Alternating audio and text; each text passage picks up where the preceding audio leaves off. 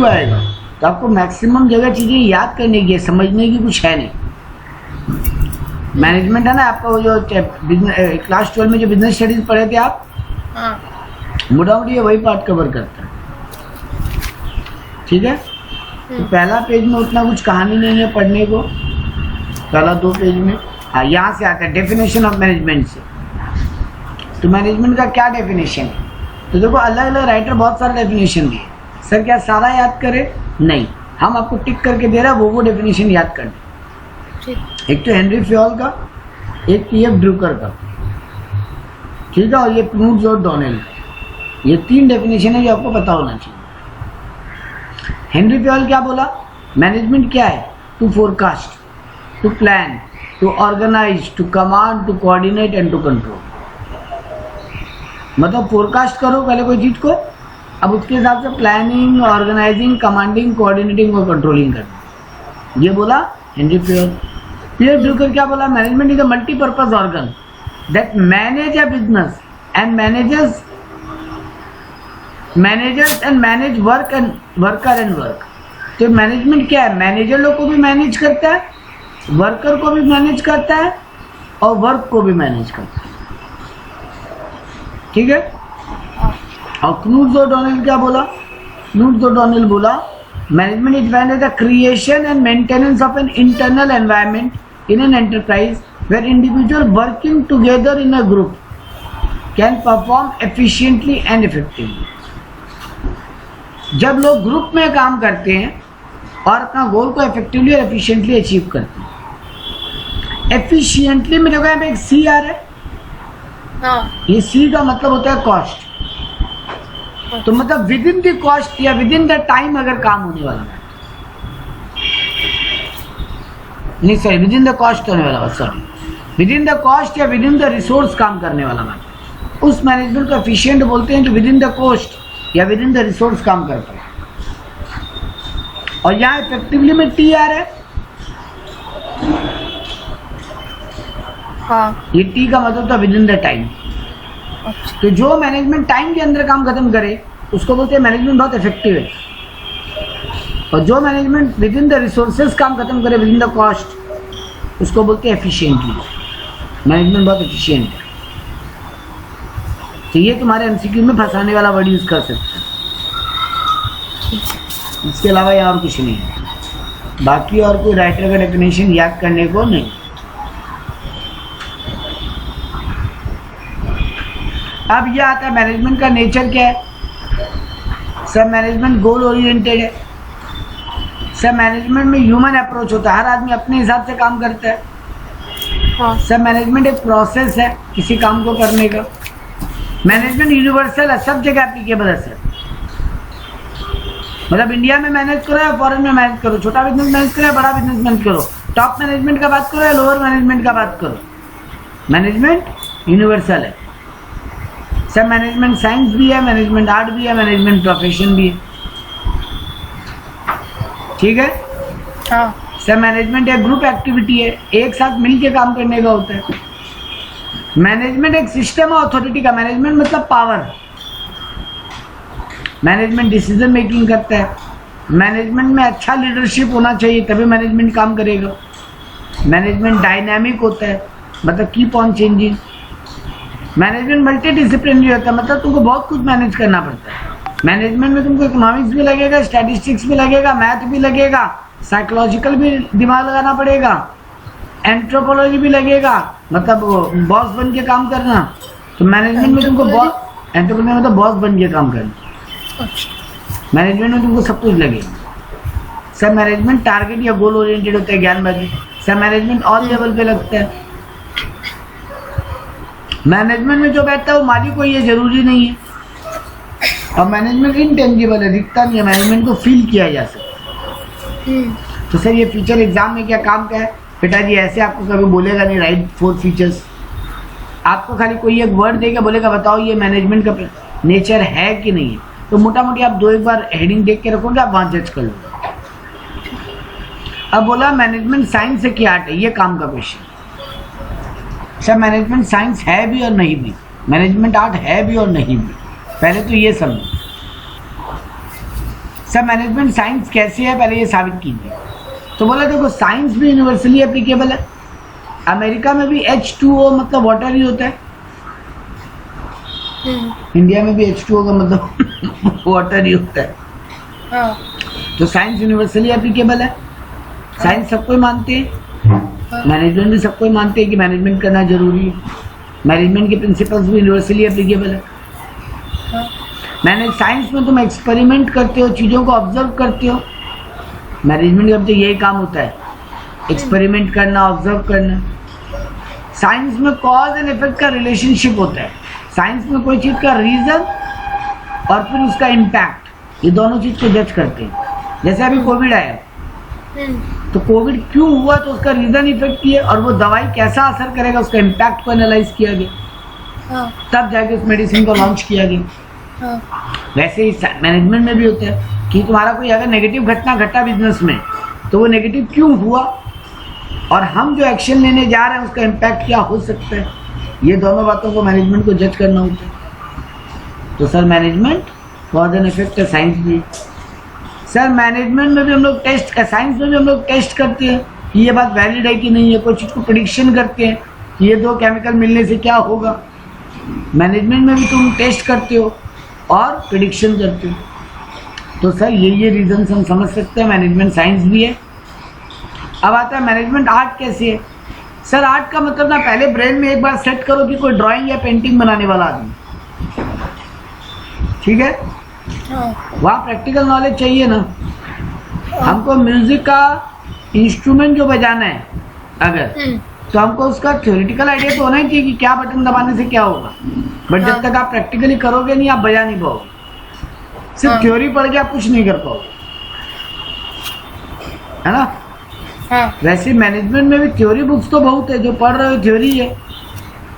लेकिन सर इसको जब तक कोई कंपनी प्रैक्टिकली नहीं करे, जब तक कोई आदमी अपने लाइफ में, तब तक वो एक बढ़िया मैनेजर बन नहीं पाएगा। थ्योरी पढ़ के कोई बढ़िया मैनेजर नहीं बन सकता। तो आपको दोनों में प्रैक्टिकल नॉलेज चाहिए। आपको पर्सनल स्किल चाहिए। चंद्रलेखा का ड्राइंग बनाने का तरीका अलग हो सकता है, मेरा अलग। सेम आइडिया को हम अलग वे में सोच सकते हैं। वैसे ही चंद्रलेखा का मैनेज करने का तरीका और मेरा मैनेज करने का तरीका अलग हो सकता है। तो सबका अपना अपना पर्सनल तरीका होता है। तो दोनों में पर्सनल स्किल चाहिए, दोनों में क्रिएटिविटी चाहिए।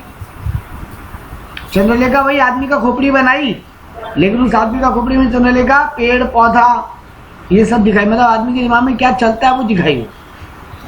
और हम एक नॉर्मल ब्रेन बना दिया जिसमें स्कल बोन ये सब दिखा रहे। तो चंद्रलेखा क्रिएटिव हो गई। चंद्रलेखा का पेंटिंग को ज्यादा तारीफ मिलेगा। वैसे मैनेजमेंट में भी आपको क्रिएटिव होना पड़ेगा, हर बार नया तरीका प्रॉब्लम को सॉल्व करने का, ठीक है। आर्ट में भी आपको बहुत प्रैक्टिस चाहिए, मैनेजमेंट में भी आपको बहुत प्रैक्टिस चाहिए अगर आगे एक्सपीरियंस बनाना है तो आपका। आर्ट भी गोल ओरिएंटेड होता है, कोई एक टारगेट को पूरा करना। साइंस भी, मैनेजमेंट भी गोल ओरिएंटेड, ठीक है। अगला आंसर आया, मैनेजमेंट का स्कोप कहाँ का है, मैनेजमेंट क्या क्या चीज़ में मैनेजमेंट किया जा सकता है। तो बोला 3 चीज़ों के बारे में ब्रॉडर ग्रुप में बात करेंगे। Economic resources, system of authority and class और एलिट।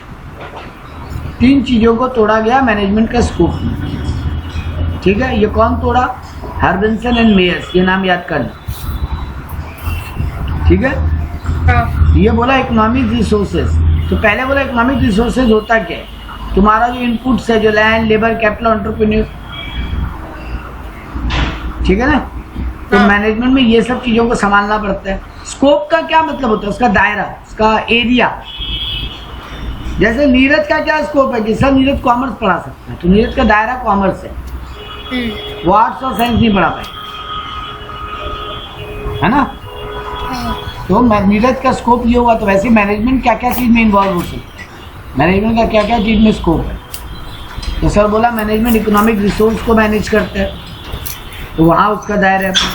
अथॉरिटी यानी पावर, तो मैनेजमेंट अपने पावर्स को यूज़ करता है, मैनेजमेंट रूल रेगुलेशन बनाता है। और क्लास और एलिट मतलब मैनेजमेंट जो होता है जनरली वो टॉप लेवल पे होता है। तो अलग अलग क्लास होता है, टॉप, मिडिल और सुपरवाइजर लेवल या लोअर लेवल।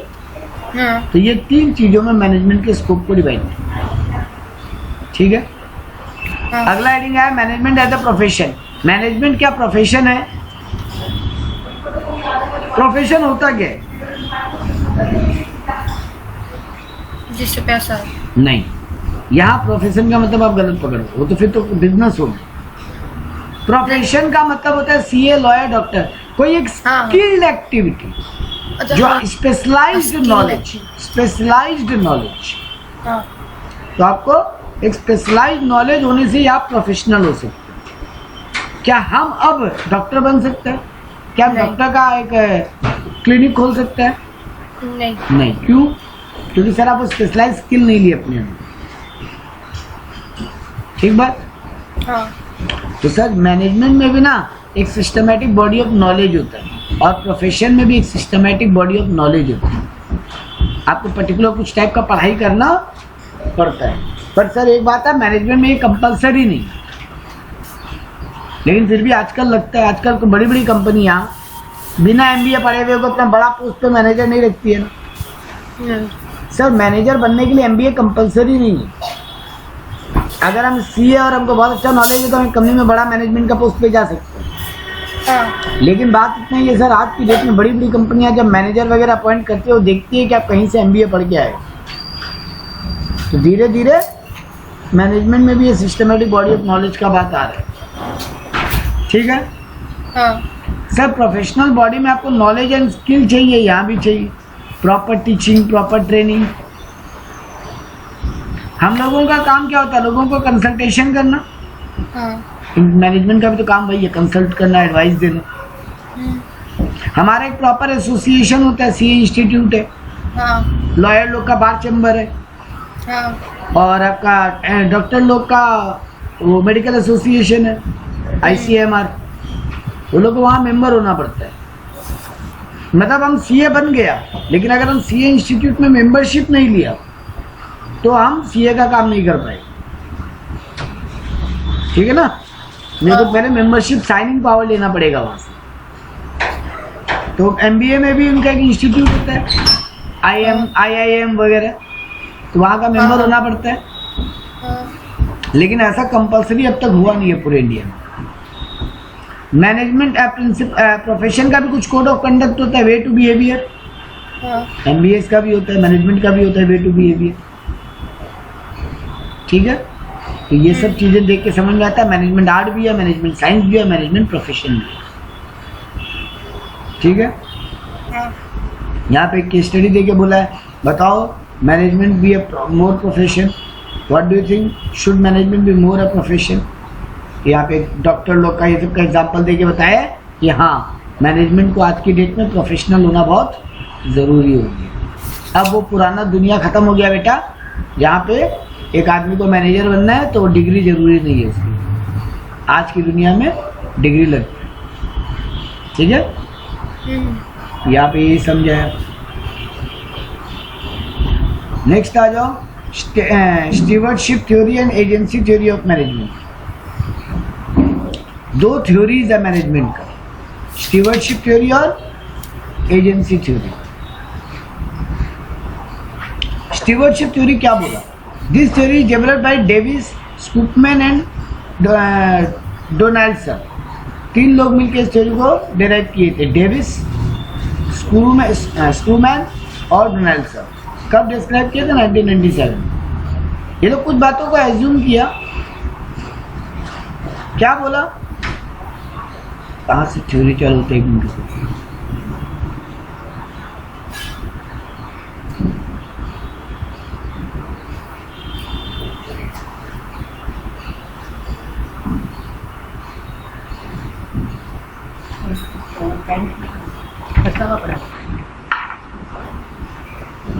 एक मिनट होल्ड करो।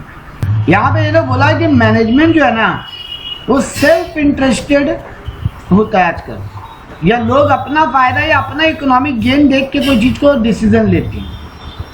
ठीक है। लेकिन यानी इंडिविजुअलिस्टिक थिंकिंग है सबका, सब अपना फायदा नुकसान देख के डिसीजन लेते हैं, जिसके कारण बाद में कंफ्लिक्ट ऑफ इंटरेस्ट आता है, आपस में लड़ाई झगड़ा होता है। इस प्रॉब्लम को सॉल्व करने के लिए हम लोगों को स्टार्टिंग से बहुत विजिलियंट होना पड़ेगा। लोगों को स्टार्टिंग में थोड़ा इंसेंटिव स्कीम दो, मतलब तुम अच्छा काम किया तो उसको मनी दो, प्रमोशन दो, ताकि वो कंपनी के अगेंस्ट नहीं जाए। लेकिन डोनाल्डसन बोला नहीं, ये बहुत छोटा सोच हो रहा है। वो बोला यहाँ पे लोगों का ह्यूमन बिहेवियर भी चेंज करने का जरूरत है। सिर्फ पैसा दे के किसी को आप लॉयल नहीं बना सकते। आपको उनको रिस्पॉन्सिबिलिटी, रिकॉग्निशन, यहाँ ये थ्योरी पूरी तरीके से बात कर रहा है बेटा कि एक मैनेजमेंट में जो लोग हैं वो लोगों को कैसे इंडिविजुअल बेनिफिट नहीं सोच के ओवरऑल बिजनेस का बेनिफिट सोचने के लिए मोटिवेट किया है। ठीक है, तो यानी ये बताया प्रिंसिपल और मैनेजर का रिलेशनशिप। देखो ये लिखा, stewardship theory is about the principal manager relationship. यही एक काम का वर्ड है, इसको आप मार्क कर सकते हो कि अगर आपको एग्जाम में पूछेगा ना एमसीक्यू आपके दो, आपको पूरा ज्ञान तो ब्ला ब्ला ब्ला ब्ला लिखने तो आएगा नहीं, तो आपको ये मेन बात पूछेगा कि स्टीवर्डशिप थ्योरी क्या चीज के बारे में बात करता है। तो ये स्टीवर्डशिप थ्योरी प्रिंसिपल और मैनेजमेंट का रिलेशनशिप के बारे में बात करता है कि कैसे कंपनी का बॉस और मैनेजर्स का रिश्ता होना चाहिए ताकि मैनेजर अपना फायदा नहीं देखे, वो ओवरऑल ऑर्गेनाइजेशन का बेनिफिट देखे। No conflict of interest between manager and owner. आपस अपना, देखो मैनेजर अपना फायदा देख रहा है, ओनर अपना बेनिफिट देख रहा है। ओनर को लग रहा है हम क्यों दे इतना सैलरी, मैनेजर को लग रहा है हमको इतना सैलरी तो मिलता नहीं है कि हम इतना मेहनत करें कंपनी के लिए। तो दोनों का तो आपस में कन्फ्लिक्ट चलता ही चला जाएगा। तो ये नहीं होना चाहिए। इन दोनों का रिलेशनशिप कैसा होना चाहिए, आपस में कोऑर्डिनेशन। तो काम का बात बस इतना ही है कि मैनेजमेंट और प्रिंसिपल का रिलेशनशिप कैसा होना चाहिए, नो कन्फ्लिक्ट, आपस में कोऑर्डिनेशन। ठीक है, तो यहाँ पे लिखा स्टूवर्डशिप व्यू थ्योरी है strong relation between manager and successful pursuit of the objective of the enterprise. Management, managers का भी आप गोल देखो, उनका भी फायदा पहुंचाओ और कंपनी का भी ऑब्जेक्टिव पूरा हो, ये भी ध्यान में रखो। ठीक है, इससे ज्यादा थ्योरी में और कुछ करने को नहीं। तो देखो यहाँ पे यही समझाया कि शेयर होल्डर का भी फायदा हो और मैनेजमेंट का भी फायदा हो। ठीक है, हाँ। अब आया एजेंसी थ्योरी। ये कब आया, 20th सेंचुरी में। ये क्या चीज का बात किया, ये एक चीज गौर किया कि धीरे धीरे मैनेजमेंट और एम्प्लॉयज का लड़ाई बढ़ता ही जा रहा है, डाइवोर्स जैसा नौबत आ गई। हाँ। मतलब मैनेजमेंट और ओनरशिप एक दूसरे के पूरी तरीके से अगेंस्ट खड़ा हो जा रहा है। हाँ।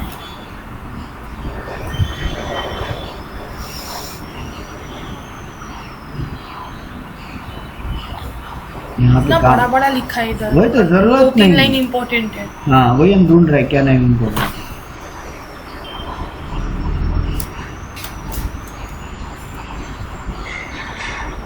ये देखो यहाँ से काम करो। ये जो एजेंसी थ्योरी है ना, ये दो प्रॉब्लम्स को कैटेगराइज किया। प्रॉब्लम को दो में डिवाइड किया, टाइप 1 प्रॉब्लम और टाइप 2 प्रॉब्लम। टाइप 1 प्रॉब्लम में क्या बोला, एजेंसी प्रॉब्लम एंड टाइप 1 में बोला एजेंसी प्रॉब्लम, और टाइप 2 में दो टाइप में डिवाइड किया। सॉरी, टाइप 1 में बोला separation of ownership and management.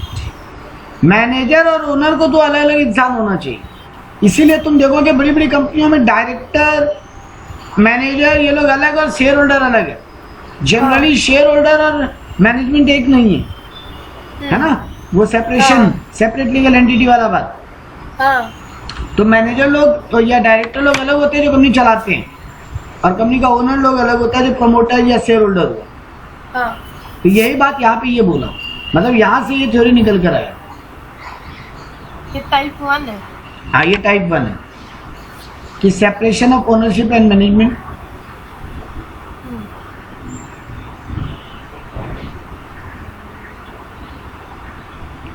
Type 2 बोला represent the conflict between majority and minority share holder. अच्छा अच्छा, यहाँ पर ये भी एक बात बोला कि मेजोरिटी और माइनॉरिटी भी आपस में लड़ते हैं।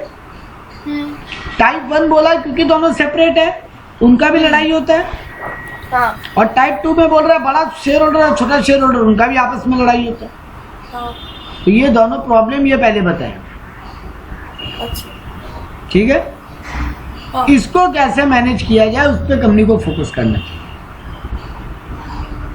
तो यही दो चीज ध्यान रखने लायक है। स्टुअर्ट थ्योरी क्या बोला कि रिलेशनशिप कैसा होना चाहिए, और ये बोला कि प्रॉब्लम दो जगह है, एक जगह नहीं दो जगह प्रॉब्लम है।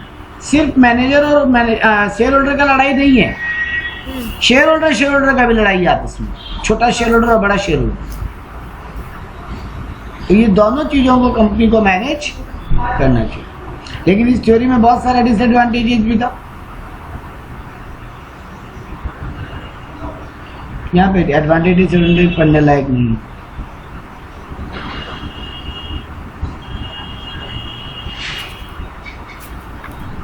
यही है। तो स्टुअर्ट थ्योरी क्या बोला कि सर कोऑर्डिनेशन रिलेशनशिप होना चाहिए उन दोनों के बीच में जो कंफ्लिक्ट है।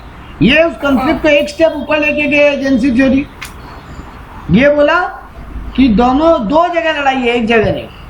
शेयर होल्डर और मैनेजर्स के बीच एक और माइनॉरिटी और मेजॉरिटी शेयर। हाँ, उन दोनों को कैसे सॉल्व किया जाए उसके ऊपर फोकस करना चाहिए।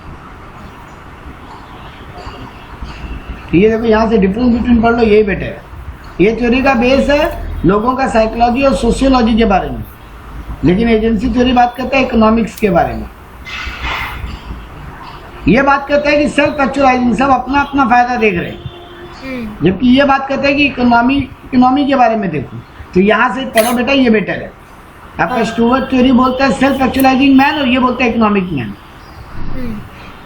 यहाँ बोलता है कलेक्टिव बिहेवियर यानी कोऑर्डिनेशन का बात, और यहाँ बोलता है कि सबका फायदा देखो, सेल्फ सर्विंग का बात। ये हायर लेवल पे लगता है, ये लोअर लेवल पे लगता है। यहाँ पे स्टेक होल्डर का बात हो रहा है, जबकि यहाँ पे शेयर होल्डर का बात हो रहा है। ये बात करता है गोल को एक कैसे करें, और ये बात करता है लड़ाई कहाँ का है। बस इतना ही पॉइंट बहुत याद रखने, ठीक है। मतलब इन्हीं में से कुछ एमसीक्यू घुमाएगा, आपको मीनिंग में ध्यान रखने के लिए, ज्यादा कुछ आने का स्कोप नहीं है। ये वाला पार्ट छोड़ दो, और कुछ नहीं है इसमें। मतलब दो थ्योरी का नाम याद किया और दोनों थ्योरी का बेस याद किया। अब आता है तो इसी को देख के पूरा मैनेजमेंट बनाया गया जो तुम क्लास 12 में पढ़ते थे, planning, organising, staffing, leadership, directing, controlling, वो सब। तो सबसे पहले यहाँ चालू किया प्लानिंग से। प्लानिंग क्या है सर? Thinking in advance. क्या चीज के बारे में? फ्यूचर गोल और उसका प्रोसेस के बारे में। तो देखो यहाँ पहले तो राइटर डेफिनेशन दिया, फिर से तुमको याद रखने लायक डेफिनेशन केवल पहला ही है। प्लानिंग एक प्रोसेस है जहाँ पे हम लोग कोर्स ऑफ एक्शन डिसाइड करते हैं, मतलब क्या करना आगे इसका डिसीजन लेते हैं, ठीक है। और कोई राइटर का डेफिनेशन नहीं, याद नहीं करेंगे। सब प्लानिंग का फीचर्स क्या है? सब प्लानिंग प्राइमरी फंक्शन है, पहला फंक्शन। 5 फंक्शन होते हैं ना मैनेजमेंट के, planning, organising, staffing, directing, controlling, है ना। तो प्लानिंग पहला फंक्शन है। प्लानिंग ऑलवेज गोल ओरिएंटेड होता है। प्लानिंग एक इंटेलेक्चुअल प्रोसेस है, मतलब दिमाग का काम है। प्लानिंग परवेसिव है, परवेसिव मतलब applicable at all level. Planning continuous है, लगातार करते रहना पड़ते हैं। सब प्लानिंग चॉइस और बहुत सारा ऑल्टरनेटिव जो इन्वॉल्व है उनमें चॉइस करने का बात करते हैं। तुम्हारे पास 3 रास्ते एक काम को करने का। तुम मैनुअली भी बना सकते हो, मशीन से भी बना सकते हो, और थोड़ा मैनुअली थोड़ा मशीन से भी बना सकते हो। अब तुमको चॉइस करना है तुम्हारे ऑर्गेनाइजेशन के लिए अभी कौन सा बेटर है। तो प्लानिंग ऑल्टरनेटिव्स के बीच में चूज करने का एक काम है। प्लानिंग बताया जाता है ग्रुप एक्टिविटी, अकेला नहीं कर सकते। प्लानिंग को फ्लेक्सिबल होना पड़ेगा। आप एक प्लान बना लिए बस हमेशा वही फॉलो करोगे, ये नहीं चलेगा। आपको थोड़ा सिचुएशन टू सिचुएशन भी देखना पड़ेगा, ठीक है। प्लानिंग का बुराई बताया, प्लानिंग कई बार इन्हें एक्यूरेट होता है। प्लानिंग टाइम कंज्यूमिंग है, प्लानिंग कॉस्टली है, प्लानिंग रिजिडिटी लाता है। लोग एक बार प्लान बना लेते हैं फिर उससे डिविएट नहीं करते, वही फॉलो करना चाहते हैं। प्लानिंग में मैनेजमेंट का एटीट्यूड दिखता है, क्योंकि मैनेजमेंट किसी का सुनता नहीं है, वो बोलता है हम जो बोलते हैं वही करो। प्लानिंग कई बार फॉल्टी हो जाता है। क्यों फॉल्टी हो जाता है? तो देखो यहाँ पे बोला, कई बार हमको लगता है मेरा क्या फायदा, हम क्यों प्लान फॉलो करें। लोग उतना ना मैनेजमेंट में पार्टिसिपेट नहीं करना चाहते, इसलिए भी प्लान फेल होता है। प्लानिंग स्पेसिफिक एक्टिविटी के लिए नहीं हो सकता, प्लानिंग ओवरऑल होता है। तो कई बार वो एक एक्टिविटी पूरा प्लान को खराब कर देता है। Planning prevent innovation. तुमको एक प्लान बन जाता है ना, तो तुम अपना ब्रेन भी ब्लॉक कर लेते हो, तुम नया कुछ सोचने में उतना माथा नहीं लगाते हो, जिसके कारण तुम नया इनोवेटिव कुछ नहीं कर पाते। ठीक है। प्लानिंग कई बार मैनेजमेंट ना प्लान तो बनाता है, पर उतना लोअर लेवल पे ट्रेनिंग नहीं देता उस प्लान को फॉलो करने के लिए। तो लोगों को प्लान तो आता है, बट प्लान का इम्प्लीमेंटेशन नहीं आ पाता। प्लानिंग बहुत अनसर्टेन होता है, जरूरी थोड़ी ना तुम जो प्लान किया वही हो पाएगा। प्लानिंग के लिए क्या चीज जरूरी है? Pre requisite of an effective planning. एक प्लानिंग के लिए अच्छा होने के लिए क्या क्या चीज का जरूरत है? प्लान को हमेशा सिंपल और इजी रखो। ठीक है। सेलेक्टिव प्लान बनाओ, मतलब 10 चीजों को प्लान मत करो, एक बार में एक चीज को ढंग से प्लान करो। ठीक है। जो लोग प्लान को इम्प्लीमेंट करेंगे उनके साथ बैठ के बात करो। तुम खाली प्लान बना के दे दिए और जिसको प्लान को अप्लाई करना है उनसे तुम्हारा कोई बातचीत ही नहीं हो रहा, तो हो सकता है वो कुछ और सोच रहे थे। ये दिक्कत है। प्लान थॉरो होना चाहिए, मतलब पूरा डिटेल में प्लान करो, खाली एक सिंगल लाइन प्लान मत करो। सेल बढ़ाना है 20%, कर लिए प्लान, अब कैसे बढ़ाना है क्या करना है उस पर बात ही नहीं की। तो ये प्रॉब्लम है ना। ठीक है। पहले सही फोरकास्टिंग करो, वो भी बहुत जरूरी है। तुम प्लान कर रहे हो 20% सेल बढ़ाना है और तुम उसके हिसाब से काम का प्लानिंग चालू कर दिए, बट रियलिस्टिकली 20% सेल पॉसिबल ही नहीं थी, तो तुम्हारा तो फोरकास्ट ही रॉन्ग हो गया। तो पहले सोचो कि ये फोरकास्ट रियलिस्टिक है कि नहीं, हो पाएगा कि नहीं, इस प्लान का क्या फायदा है क्या नुकसान है वो भी हमेशा देखो। प्लानिंग इफेक्टिव होना चाहिए, मतलब सी है यहाँ पे, मतलब कॉस्ट मैनेजमेंट के हिसाब से होना चाहिए। नहीं, इफेक्टिवली मतलब टाइमली, सॉरी, इफेक्टिवली मतलब टाइमली। मार्केट वैल्यूज को भी देखते हुए फर्म का वैल्यू मेजरमेंट करो। तुम्हारा प्लान है 20% सेल बढ़ने का, बट उस प्रोडक्ट का ओवरऑल मार्केट की हालत खराब है, तो ऐसा थोड़ी ना कि बाकी कंपनियां ग्रोथ करे नहीं करे बट तुम कर जाओगे, ऐसा हो ही नहीं सकता। हाँ, तो तुमको हमेशा ये देखना पड़ेगा कि ओवरऑल इंडस्ट्री का भी क्या हालत है, मार्केट का भी क्या वैल्यूज चल रहा है, उस हिसाब से अपना प्लान बनाओ। ठीक है। कई चीज़ों को एडवांस में पहले रेडी करो, फिर प्लानिंग करने बैठो। प्लानिंग को टाइम टू टाइम मॉनिटर करो, मतलब जो प्लान बनाए हो उस पर नजर रखो। प्लान को रिवाइज करो। लॉन्ग टर्म प्लान अगर बनाए हो तो एवरी ईयर एक बार बैठ के देखो। अगर अगले 10 साल का तुम्हारा कोई गोल है, कोई प्लान है, तो हमेशा एक बार बैठ के देखो, 1 साल के एंड में, 2 साल के एंड में, 3 साल के एंड में, कि जो चाह रहे हो वो हो पा रहा है कि नहीं। नहीं होगा तो कुछ चेंजेस करना है तो करो चेंजेस। ठीक है। और प्लान सिचुएशन को भी ध्यान में रखे हुए। सर ये सब आंसर ना ज्ञानबाजी है, एग्जाम में एमसीक्यू से ऐसे कुछ नहीं आ सकता, ऐसे ही आ जाएगा ये एमसीक्यू देख के। वैसे वही इसीलिए हाँ ये काम करें। प्लानिंग का प्रोसेस, स्टेप्स को आप खा नहीं सकते। स्टेप्स जानना हो तो सबसे पहले आपको ये देखना पड़ेगा कि जो काम आप करने जा रहे हो उसमें अपॉर्चुनिटी कितनी है। जब आपको लगता है इस काम में अपॉर्चुनिटी है तो आपका गोल क्या है वो डिसाइड करो। अब उस गोल के लिए क्या क्या लगेगा वो एजम्पशंस करो। प्रेमाइसिस का मतलब होता है एजम्पशन करना, कि मेरे को क्या क्या लगेगा इस गोल को पूरा करने में। अब अलग अलग वे क्या है इस गोल को अचीव करने का वो पता करो, कितना रास्ता है इस गोल को पूरा करने का। हर एक ऑल्टरनेटिव को इवेलुएट करो। 4 अगर रास्ता है ना एक गोल को पूरा करने का, तो वो चारों रास्ता का एडवांटेज और डिसएडवांटेज एनालाइज करो। क्या क्या रुकावट आ सकता है, क्या क्या इसमें मेरा फ़ायदा है, वो सबको पहले देखो। अब उनमें से बेस्ट को चूज़ करो, इम्प्लीमेंट करो और टाइम टू टाइम रिव्यू करो। तो ये प्लानिंग का प्रोसेस है, इसका स्टेप्स को याद रखना पड़ेगा, ये याद करने लायक आंसर है। अब ये अगला टॉपिक जो है वो नया, वो तुम्हारा 12 में नहीं था। Approach of planning. प्लानिंग के लिए क्या अप्रोच होना चाहिए तुम्हारा? बोले टॉप डाउन अप्रोच, मतलब टॉप मैनेजमेंट बनाएगा, लोअर मैनेजमेंट उसको फॉलो करेगा। टॉप मैनेजमेंट बना के उसको कम्युनिकेट करेगा, लोअर मैनेजमेंट उसको फॉलो करेगा। लोअर मैनेजमेंट का लिटिल रोल होगा प्लानिंग में, लोअर मैनेजमेंट का ज़्यादा रोल नहीं होगा प्लानिंग में। प्लान बनाएगा कौन? ऑलवेज टॉप वाला। तो बहुत सारा कंपनी ये प्रोसेस फॉलो करते हैं। उल्टा भी होता है, बॉटम अप अप्रोच। नीचे वालों को बोला कि आप प्लान बनाकर ला के दो अपने हिसाब से। हम लोग एज ए टॉप मैनेजमेंट उसको फिर देखेंगे, इवेलुएट करेंगे, जिसका प्लान सही लगेगा इम्प्लीमेंट करेंगे, अगर चेंजेस करना हो तो चेंजेस करेंगे। लेकिन प्लान हम नहीं बना रहे, हम अपने लोअर लेवल सुपरवाइजर लेवल को बोल रहे हैं तो तुम लोग प्लान बना के लेके। बॉटम अप, नीचे से ऊपर।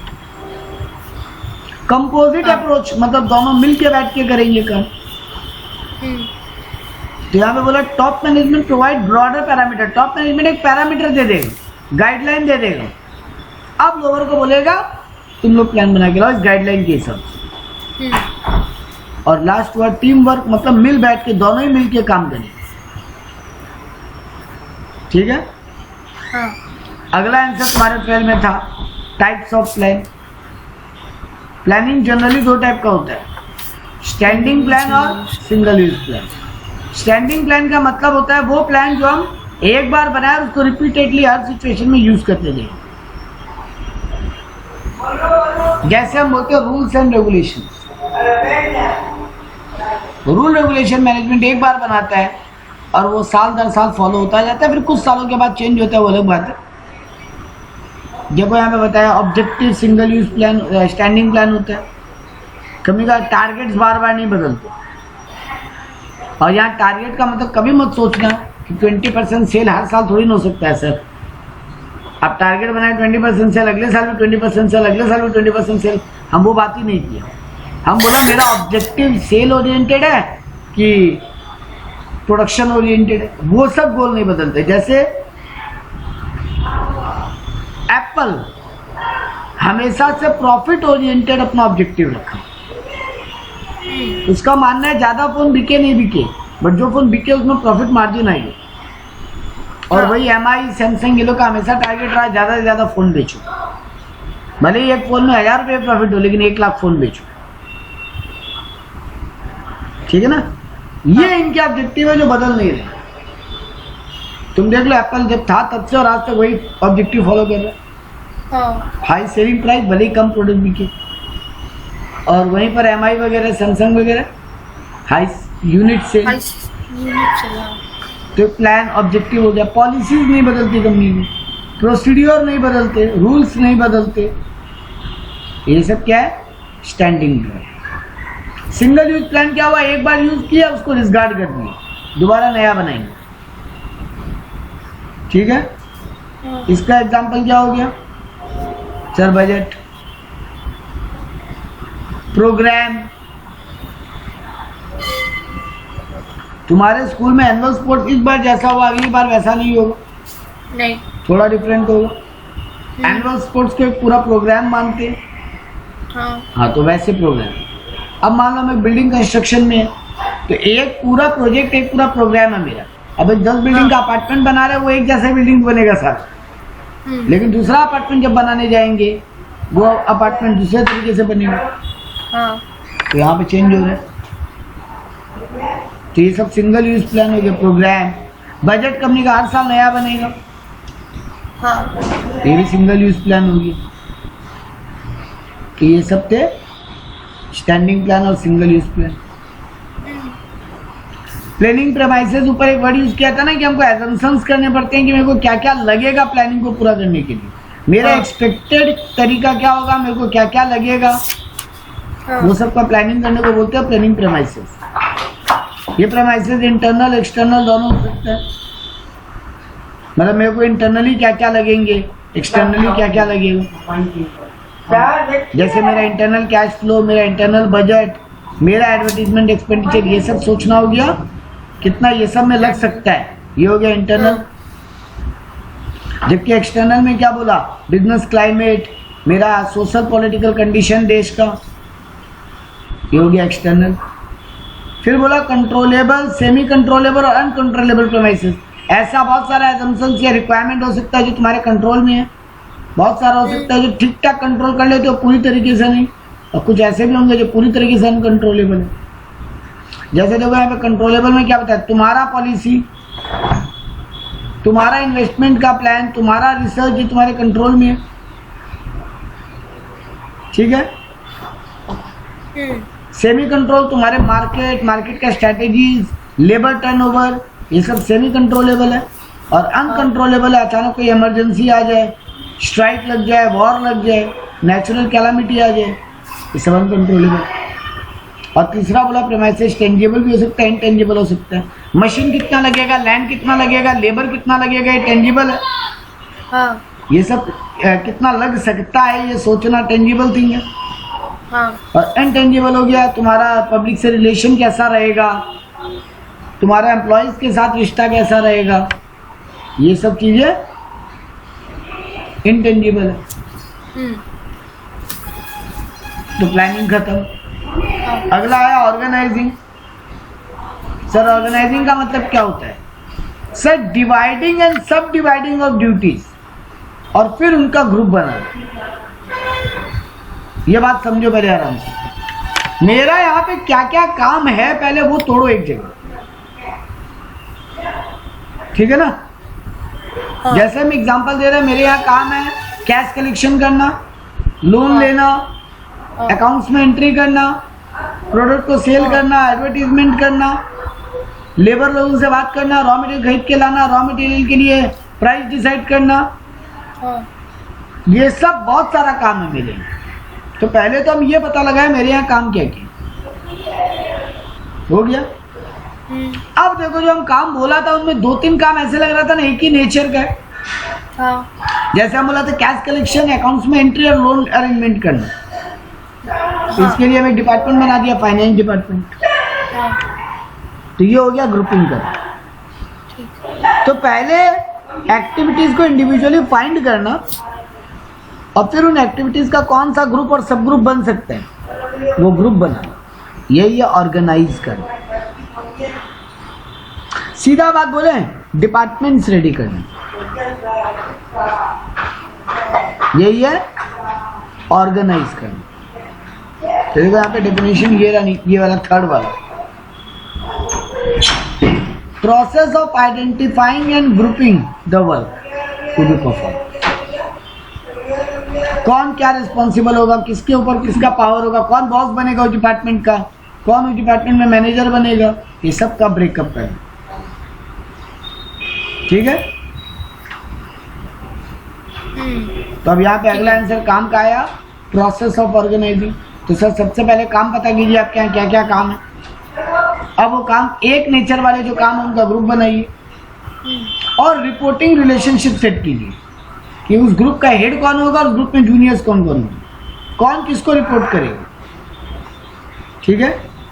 Measurement of evaluation and control का, कौन कितना कंट्रोल करेगा, क्या चीज कैसे कैलकुलेट होगा, किसको क्या पावर होगा और किसका क्या जिम्मेदारी होगा, और कैसे आपस में कोऑर्डिनेट करेगा, ये सब काम करने को बोलते हैं ऑर्गेनाइज, ठीक है। यही समझाया यहाँ पे, इसमें और कुछ करने लायक नहीं, खाली हेडिंग पढ़ लो बहुत है। अब आया अगला topic, staffing. Choosing right man for the right job and appointing, recruit करना, सिलेक्शन करना, ट्रेनिंग देना, प्रमोट करना, रिटायरमेंट करवाना, ये सब करना मैनेजमेंट का काम होता है। ये इस काम को बोलते हैं स्टाफिंग। मतलब लोगों को इंटरव्यू के लिए बुलाना, वो ओवर रिक्रूटमेंट, उनमें से चूज करना मतलब सिलेक्शन, अब उनको काम समझाना, काम बताना, वो हो गया ट्रेनिंग। हाँ। अब धीरे धीरे जो अच्छा काम करे उसको ऊपर के पोस्ट देना, प्रमोशन। हाँ। फिर किसी को रिटायरमेंट होना है तो रिटायरमेंट करवाना और फिर नया अपॉइंट करना। हाँ यही काम है स्टाफिंग। स्टाफिंग का इम्पोर्टेंस क्या है सर? इससे मेरा कंपनी को फायदा होगा कि कॉम्पिटेंट और क्वालिफाइड लोग मेरे कंपनी में आएंगे। अगर हम अपना ये जो रिक्रूटमेंट, सिलेक्शन और ट्रेनिंग, ये 3 काम अगर ढंग से करें हम, हाँ तो मेरे यहाँ पे सही आदमी आएगा जॉब में और वो प्रॉपर क्वालिफाइड आएगा। हाँ मेरे कंपनी का प्रोडक्टिविटी बढ़ेगा। हाँ मेरे स्टाफ का रिक्वायरमेंट सही ढंग से एस्टिमेट होगा तो ओवर स्टाफ नहीं होगा हम कभी। हाँ अगर हम प्रॉपर कैलकुलेशन ही नहीं करें कि मेरे को 5 का दरकार है कि 4 का, तो फिर आगे जाके तो दिक्कत आएगा ना, हम ओवर स्टाफ या अंडर स्टाफ हो जाएगा। हाँ तो ये नहीं होगा अगर हम प्रॉपर वे में स्टाफिंग करें। हम टॉप पोजीशंस के लिए लोगों को तैयार कर पाएगा, हम उनको प्रॉपर प्रोग्राम एंड ट्रेनिंग दे पाएगा। 1 मिनट रुक जाओ। हाँ सर। पीछे आ गए, कान से हेडफोन निकाल देंगे। हमको अपने एग्जिस्टिंग वर्क फोर्स का पता रहेगा इससे कि अभी कितने लोग काम कर रहे हैं और कितना रिक्वायर्ड है मेरे को। हम सही ढंग से सैलरी डिसाइड कर पाएगा तब लोगों का, लोग भी अपने काम से सेटिस्फाई तभी हो पाएंगे। हाँ तो ये सब मेरा स्टाफिंग का फायदा है, ये ज्ञानबाजी। लेकिन अगला वाला ज्ञानबाजी नहीं, स्टाफिंग का प्रोसेस। सबसे पहले हमको मैन पावर प्लानिंग करना पड़ेगा। मैन पावर प्लानिंग का मतलब क्या होता है? मेरे यहाँ कितने लोगों का जरूरत है, पहला स्टेप। हाँ अब कितने लोग ऑलरेडी हैं, दूसरा स्टेप। और अब कितने लोगों को और रखना पड़ेगा, तीसरा स्टेप। इस 3 काम को बोलते हैं मैन पावर प्लानिंग। ठीक है? मतलब मेरे यहाँ मान लो एक एग्जांपल लेते हैं, अकाउंट्स के लिए कितने टीचर का रिक्वायरमेंट है। मेरे यहाँ अकाउंट का टोटल 5 टीचर चाहिए हमको। हाँ मेरे यहाँ ऑलरेडी कितने अकाउंट के टीचर हैं? 3 हैं, तो और 2 ही तो रखना है। तो ये कैलकुलेट करना है वो मैन पावर प्लानिंग। मतलब कितना मतलब चाहिए और कितना है, और लास्ट में क्या बोला? कितना टोटल चाहिए, हाँ कितना टोटल चाहिए। कितना भी ऑलरेडी है तो और कितना अपॉइंटमेंट करना पड़ेगा। ठीक है। 5 अकाउंट के टीचर चाहिए कि मेरे यहाँ 5 सेक्शन है। हाँ मेरे यहाँ ऑलरेडी 3 अकाउंट के टीचर हैं, हाँ तो 2 और रखना। हाँ हाँ तो पहला मैंने चेक किया टोटल कितना रिक्वायर्ड है, 5। दूसरा मैंने चेक किया ऑलरेडी कितना है, 3। और फिर हम तीसरा स्टेप में देखा और कितना नया लाए। रिक्रूटमेंट का मतलब होता है लोगों को अट्रैक्ट करना। तो यहाँ पे अपने को क्या करना है, कितने लोग, हम कैसे लोगों को अट्रैक्ट करें कि मेरे यहाँ आओ और इंटरव्यू दो। मतलब उन तक खबर कैसे पहुंचाएं कि मेरे यहाँ जॉब वैकेंसी चल रहे हैं। इसी को बोलते हैं रिक्रूटमेंट। लोगों को लगता है रिक्रूटमेंट मतलब लोगों को अपॉइंट करना, रिक्रूट करना नहीं, वो सिलेक्शन है। रिक्रूटमेंट का मतलब है लोगों तक खबर कैसे पहुंचाएं कि मेरे यहाँ पोस्ट खाली है, तुम इंटरव्यू देने आओ। कैसे लोगों को अट्रैक्ट करें कि मेरी कंपनी में आओगी, उस तरीके को बोलते हैं रिक्रूटमेंट। सिलेक्शन में अब ये जो रिक्रूटमेंट में आएंगे उनमें से चूज करना, चूज। और ट्रेनिंग देना मतलब उनको वो काम बताना जो वो करने वाले। ट्रेनिंग एंड डेवलपमेंट 2 वर्ड होता है ना। हाँ हाँ ट्रेनिंग हो गया, चंद्रलेखा मेरे यहाँ अकाउंट काम के लिए आई तो मेरे यहाँ अकाउंट्स कैसे होता है वो समझाना। हाँ और डेवलपमेंट मतलब हो गया चंद्रलेखा को फ्यूचर कोर्सेज करवा के अपर मैनेजमेंट के लिए रेडी करना। हाँ दोनों अलग अलग चीज है। डेवलप करना मतलब तुमको फ्यूचर के लिए रेडी करना। तुमको सीए पढ़वा दिया, तुमको टैली सिखवा दिया। और ट्रेनिंग मतलब मेरे यहाँ जो ऑलरेडी काम का तरीका चल रहा है तुमको वो कैसे बताए। ठीक है, क्लियर है? तो पहला स्टेप हुआ मैन पावर प्लानिंग, दूसरा हुआ रिक्रूटमेंट, तीसरा हुआ सिलेक्शन, चौथा हुआ ट्रेनिंग, हाँ 5वां हुआ प्लेसमेंट। अब इंटरव्यू ले लिए, ट्रेनिंग दे दिए, अब तुमको दिल्ली ब्रांच में बिठाएं कि कोलकाता ब्रांच में बिठाएं, हाँ तुमको जूनियर मैनेजर बनाएं कि सीनियर मैनेजर बनाएं, हाँ ये हो गया प्लेसमेंट। और इंडक्शन क्या होता है, तुमको ऑर्गेनाइजेशन से और वर्क से फैमिलियर करवाना। तुमको इंट्रोड्यूस करवाना तुम्हारे और भी मेंबर्स से। अब जैसे तुमको दिक्कत आया तो तुमको कहाँ जाना है, आईटी डिपार्टमेंट कहाँ बैठता है, तुमको अकाउंट्स में रखे हैं, तुम्हारा लैपटॉप खराब हो गया तुम कहाँ जाओगे, तो आईटी डिपार्टमेंट कहाँ बैठता है, उनसे कौन किससे जाके बात करने से तुम्हारा काम हो जाएगा। एचआर कहाँ बैठता है, तुम्हारा सैलरी में दिक्कत आ रहा है तो ये सब तुमको इंट्रोड्यूस करना, इसको बोलते हैं इंडक्शन। ठीक है, अगला हेडिंग आता है। अब ये 3 ही पार्ट पढ़ने को, रिक्रूटमेंट, सिलेक्शन और ट्रेनिंग। तो रिक्रूटमेंट में कितना तरीका है, इंटरनल और एक्सटर्नल। इंटरनल मतलब जो मेरे यहाँ ऑलरेडी काम कर रहे हैं, मेरे पेरोल में जो ऑलरेडी रजिस्टर्ड है, उन्हीं में से किसी को वैकेंसी वाला पोस्ट दे देना।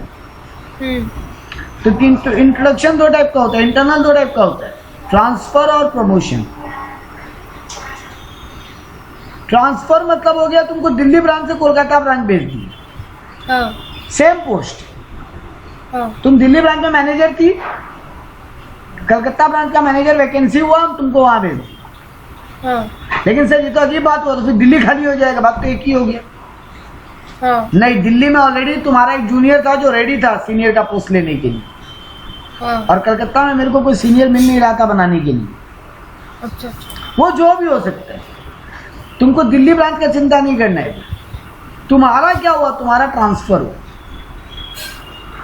तो ऑलरेडी जनरल का मेरे एक एम्प्लॉई है, उसी को हम दूसरी जगह सेम पोस्ट देंगे, वो हुआ ट्रांसफर। तो ये इंटरनल रिक्रूटमेंट ही हुआ। और प्रमोशन क्या होता है, सर हायर पोस्ट पे भेजना, जूनियर को सीनियर बनाना, ठीक है ना, मैनेजर को डायरेक्टर बनाना, सुपरवाइजर को मिडिल मैनेजर बनाना, ये हुआ प्रमोशन। तो जब हम कंपनी के अंदर के लोगों का इंटरव्यू लेके उनको प्रमोट या ट्रांसफर करते हैं, उसको बुलाया जाता है इंटरनल सोर्स ऑफ रिक्रूटमेंट। इसका फायदा क्या होगा, मेरे करंट एम्प्लॉय को एनकरेजमेंट मिलेगा, मेरे को जो उनका ट्रैक रिकॉर्ड हमको पहले से पता होगा, वो लोग कैसा काम करते हैं, मेजर ऑपरेशंस का उनको पूरा आइडिया होगा, उनको सिखाना नहीं पड़ेगा कुछ, लेस एक्सपेंडिचर होगा, एम्प्लॉयज का मॉरल भी हाई रहेगा कि हाँ चलो हम अच्छा काम किया, कंपनी हमको प्रमोट किया। लेकिन इसका बुराई क्या होगा, कंपटीशन नहीं रहेगा, क्योंकि बाहर से कोई आ नहीं रहा है, तो इंटरनल वालों को लगेगा अरे ठीक है हम में से किसी को मिलता है प्रमोशन, ठीक है, लेथर्जिक हो जाएंगे वो लोग। ठीक है, एग्जिस्टिंग एम्प्लॉयज का स्किल और नॉलेज तो मेरे को पता ही है, तो फ्रेश टैलेंट नहीं आएगा अगर हम बाहर से नहीं बुला रहे हैं तो ये सब भी दिक्कत होगी। ठीक है, चॉइस कम मिलेगा हमको। मेरे ऑलरेडी 4 ही तो जूनियर मैनेजर, 4 में से किसी एक को सीनियर बनाना होगा, बाहर से इंटरव्यू के लिए बुलाते तो हो सकता है 40 लोग आते, तो ज्यादा ऑप्शन मिलता। एक्सटर्नल सोर्स क्या है सर, एम्प्लॉयमेंट एक्सचेंज, गवर्नमेंट का एक डिपार्टमेंट है सर, जहाँ पे लोग अपने आप को जाके रजिस्टर कर लेते हैं जो अनएम्प्लॉयड होते हैं, और कंपनियां इस गवर्नमेंट डिपार्टमेंट से कांटेक्ट करती है और पूछती है इस पोस्ट के या इस टाइप का नॉलेज का आदमी कोई आपके पास आया है क्या जॉब के लिए, भेज दीजिए हमारे इंटरव्यू के लिए। ठीक है ना, तो वो एम्प्लॉयमेंट एक्सचेंज डिपार्टमेंट से भी हम बुला सकते हैं लोगों को, टीवी न्यूज़पेपर वगैरह में ऐड देके बुला सकते हैं, मैगजीन वगैरह जर्नल्स वगैरह में ऐड देके। ये जो प्लेसमेंट होता है ना, कैंपस प्लेसमेंट, बड़ी बड़ी इंस्टीट्यूशंस में बड़े बड़े कंपनीज आती है, वो लोग एजुकेशन एंड इंस्टीट्यूशन से, वो लोग वहाँ से, जैसे 3 इडियट में वो इंदिरा दोस्तों की इंटरव्यू देने जाते, हाँ वही हुआ। एम्प्लॉय वॉक इन, हम बोर्ड लगा दिया कंपनी के बाहर कि जिसको जॉब का रिक्वायरमेंट आओ interview low, walk in interview, मतलब कोई भी आ सकते हैं। एम्प्लॉय रेफरल, हम अपने करंट एम्प्लॉय को बोला तुम किसी को जानते हो क्या बाहर, तुम्हारा कोई भाई कोई दोस्त है क्या जो जॉब ढूंढ रहा है, बुलाओ उसको, इंटरव्यू ले लेंगे। गेट हायरिंग मतलब ये लेबर लोगों के लिए होता है, गेट पे नोटिस लगा देना, ये भी एक तरीका होता है।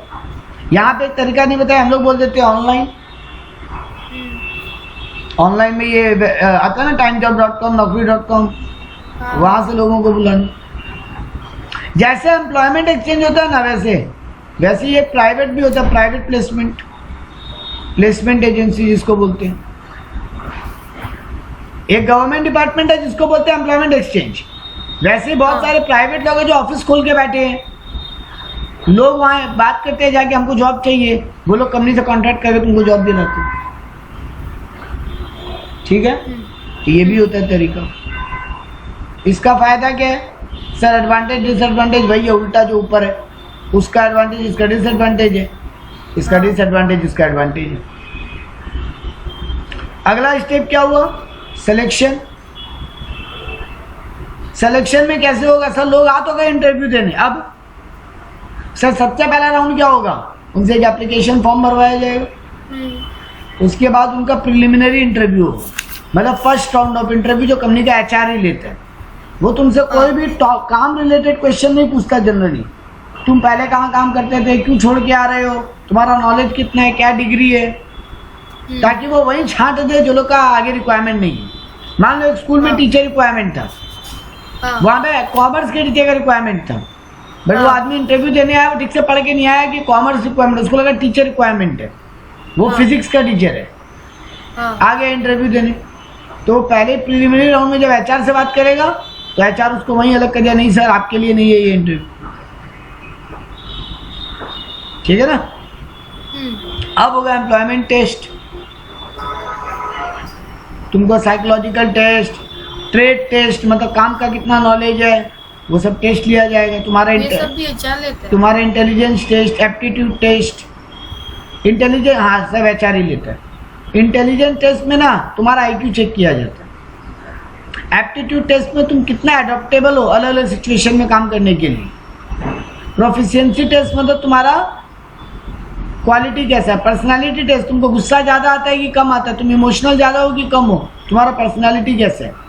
हॉबी टेस्ट या इंटरेस्ट टेस्ट, तुम्हारा क्या चीज़ में इंटरेस्ट है, क्या चीज़ में हॉबी है, इस तरीके से टेस्ट लेते हैं। जब ये टेस्ट क्वेश्चन पेपर दे देता है, एक टाइप ऑफ ओरल भी हो सकता है, रिटर्न भी हो सकता है, कोई कंपल्सन नहीं।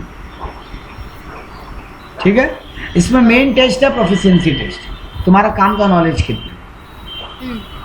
फाइनल इंटरव्यू होता है, इसके बाद तुम्हारा उस कंपनी का एक्सपर्ट या उस कंपनी, उस ऑर्गेनाइजेशन या डिपार्टमेंट का हेड तुम्हारे सामने आके बैठेगा और वो अब तुमसे एकदम डिटेल में काम का क्वेश्चन पूछे। फेस टू फेस इंटरव्यू होगा और तुम जिस काम के लिए आए हो एकदम उसी से रिलेटेड क्वेश्चन पूछेंगे। ये जनरली उस डिपार्टमेंट का हेड या एक्सपर्ट लेता है। ठीक है, इसके बाद होगा बैकग्राउंड इन्वेस्टिगेशन। देखो जहाँ पे रिस्की काम है, कैश रिलेटेड, मनी रिलेटेड काम है या और कोई रिस्क है, वहाँ तुम्हारा बैकग्राउंड चेक किया जाएगा। तुमको क्रिमिनल तो नहीं देना, पहले तुम्हारे ऊपर कोई केस वेस तो नहीं चल रहा है ना। कई राउंड में कई जगह मेडिकल एग्जामिनेशन होता है, तुम फिजिकली फिट होगी नहीं ये काम करने के लिए। और लास्ट में फाइनल सिलेक्शन और प्लेसमेंट होती है। अब आता है training and development. Sir training क्या होता है? हम अभी बताया था आपको, उस काम को बताना जो काम के लिए आप आए हो। जबकि डेवलपमेंट क्या होता है? तुम्हारा नॉलेज स्किल को बढ़ाना। ठीक है, ट्रेनिंग देने का क्या फायदा होगा? लेबर का प्रोडक्टिविटी बढ़ेगा, उसका क्वालिटी ऑफ वर्क अच्छा होगा, उसका फ्यूचर भी अच्छा होगा, वो हेल्दी रहेगा, सर वो सेफ रहेगा, पहले से काम जानेगा तो काम में गलती नहीं करेगा, ग्रोथ भी होगा एम्प्लॉय। ट्रेनिंग का दो मेथड है, ऑन द जॉब और ऑफ द जॉब। काम करते करते ट्रेनिंग या काम छोड़ने के बाद ट्रेनिंग, सॉरी काम ज्वाइन करने के पहले ट्रेनिंग या फिर काम करते करते ट्रेनिंग। तो ऑन द जॉब ट्रेनिंग क्या हो गया? जब तुम जॉब ज्वाइन कर लिए, अब तुम मेरा काम भी कर रहे हो और काम को धीरे धीरे समझ भी रहे। तो इसमें कई टाइप होता है। कोचिंग मतलब बैठा के रूम में थ्योरेटिकली पढ़ाना। अप्रेंटिसशिप यानी आर्टिकलशिप सीए जैसा, हम तुमको काम दे देंगे, तुम काम करके दिखाओ। ठीक है। जॉब रोटेशन, तुमको कभी हम कैशियर में बिठा दिया, तुमको कभी फॉर्म देने में बिठा दिया बैंक में, कभी तुमको हम बिठा दिया कस्टमर रिलेशन में, मतलब हर जगह घुमा रहे हैं तुमको, तो तुम काम भी कर रहे हो और समझ भी रहे हो काम को। वेस्टिबुल ट्रेनिंग मतलब हम तुमको एक डमी सॉफ्टवेयर दे दिया, तुम मेरा काम तो कर ही रहे हो प्लस उस डमी सॉफ्टवेयर पे प्रैक्टिस भी कर रहे हो। सेल्फ इम्प्रूवमेंट प्रोग्राम, तुमको कोई चीज़ का पढ़ाई लिखाई में भी डाल दिया कि तुम काम सीखो और रात में वही सॉफ्टवेयर वगैरह से या कोई ऑनलाइन कोचिंग क्लास ले समझो चीज़ों को, ठीक है। तो ये सब काम करते करते हो रहे। दो यहाँ पे काम का बात दो ही, एक तो अप्रेंटिसशिप, एक आर्टिकलशिप, दो होता है। अप्रेंटिसशिप में क्या होगा ना, हम तुमको काम करके दिखाएगा, तुम समझ जाओ, फिर तुम करो और हम ऑब्जर्व करेंगे।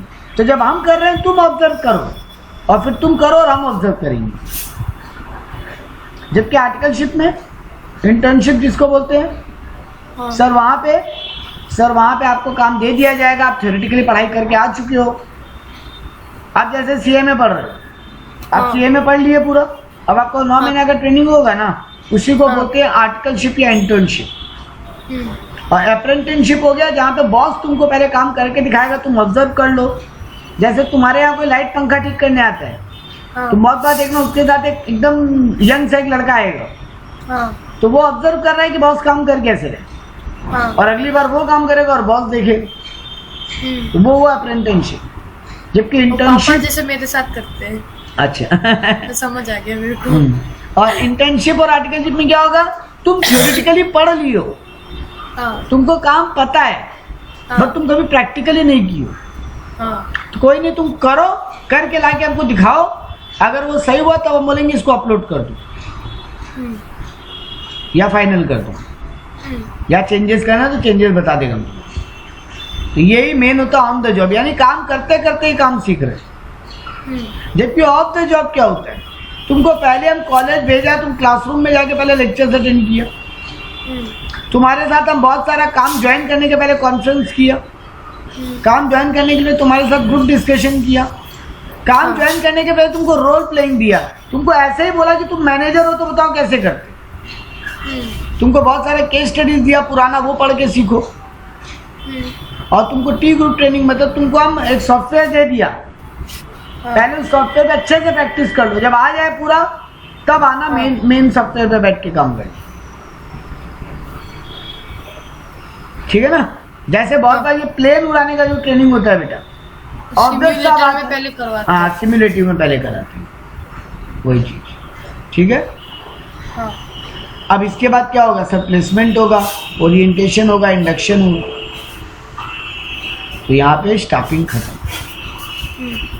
अगला टॉपिक आएगा लीडरशिप। चलो ये पहले निपटा लेते हैं। अगला टॉपिक आया लीडरशिप। सर लीडरशिप क्या होता है, लोगों को इन्फ्लुएंस करना या मोटिवेट करना ताकि वो लोग अपना गोल अचीव करें। लीडर वही होता है, जैसे एक एग्जांपल में बोलते हैं कि महेंद्र सिंह धोनी लीडर था, कैप्टन नहीं था, वो बॉस नहीं था, लीडर था, क्योंकि वो दूसरों को इंस्पायर करता था कि तुम लोग कुछ बेटर करके दिखाओ, तो उस आदमी को लीडर बोलते हैं। जो दूसरों से काम कराए वो मैनेजर या बॉस या कैप्टन, लेकिन जो दूसरों को काम करने के लिए इन्फ्लुएंस करे, मोटिवेट करे कि वो खुद से कर लेगा, वो हो गया लीडर। तो लीडरशिप में यही है, तुम दूसरों को इन्फ्लुएंस या इंस्पायर करते हो, ठीक है। यहाँ पे और कुछ काम, तुम्हारा अपना पर्सनालिटी अच्छा होना चाहिए, तुम्हारा एटीट्यूड अच्छा होना चाहिए, तुम इमोशंस में मत बहो। अब बहुत जन होता है ना इमोशनल होता है, मेरे जैसा बंदा, तो हम लीडरशिप नहीं कर सकते क्योंकि हम इमोशंस में आ जाएगा। तो लीडर को इमोशनल नहीं होना, उसका एटीट्यूड ऑलवेज पॉजिटिव होगा, ये सब चीज होना चाहिए। यही था ये पार्ट, खत्म। नेक्स्ट क्लास में चालू करेंगे 5.4। कितना बचेगा एक बार बताओ। 5.4 में है तुम्हारा communication, coordination, collaborative, monitoring, control.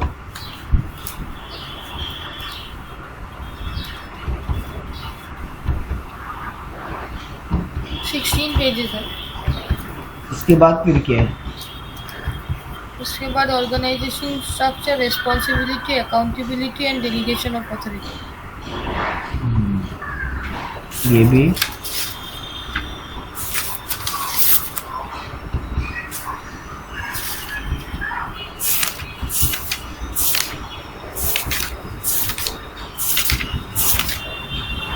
ये 24 पेज का है। और उसके बाद leadership and motivation concepts of theories. वो कितना पेज का है?